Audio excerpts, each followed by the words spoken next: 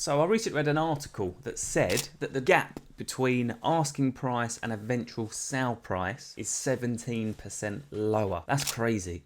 Now, not sure I trust the data completely, but I do know on average properties sell generally 4% below asking price, and that's the asking price at the time of sale, not even considering potential price reductions that have happened over the months. So in this video, I'm going to run you through the best way to avoid that happening to you and the core problem that I think is causing this to happen.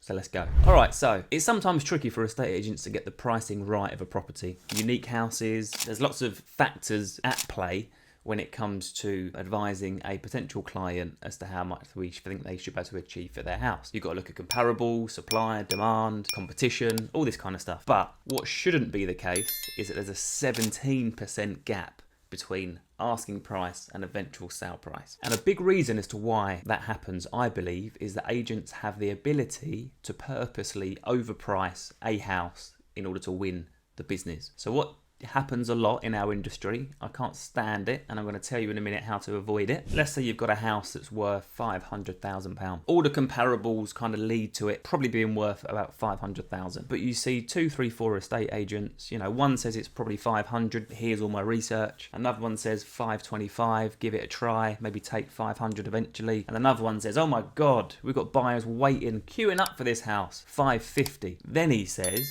just sign here and I'll get cracking, he or she. Then you read the paperwork and it says 26 weeks is what you have to sign with that estate agent for. 26 weeks. You're stuck to them for 26 weeks, that's 6.5 months, whether they produce the goods, whether they achieve the price that they've said they will, whether they give you good service or not. You're stuck with them for 6.5 months. That is the root of the problem when it comes to houses selling way under asking price. So what can you do to avoid it? Really simple. Just say, I'm not signing that. Simple as that. Say to them, I'll give you 4 weeks on a kind of rolling agreement. If you think you can achieve 50,000, 25,000 more than any other estate agent has said, then you can have 4 weeks. And by that point, we will know very quickly whether the interest is going to be there, whether the service you're giving me is enough to keep me happy.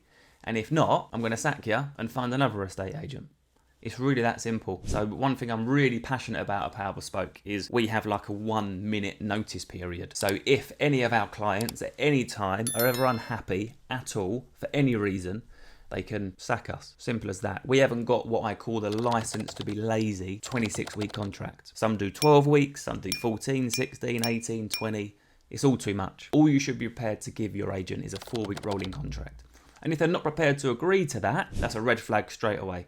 What they're telling you is, no, I need to tie you in for a long time because either 1, my service is crap, or 2, I know I'm not going to get much interest in your house and I'm going to have to suggest you reduce the price later down the line. So please, whatever you do, whenever you sell your house, market your house, whether it's now or in the future, if you have never sold a house maybe up until this point, just do not sign a long committing time contract with an estate agent. I promise you, you'll feel so much better about it because you'll have the freedom and flexibility to move to another estate agent if the one you've chosen is terrible. And there's a reason why 76% of the population don't trust estate agents, and I believe it's because of that contract.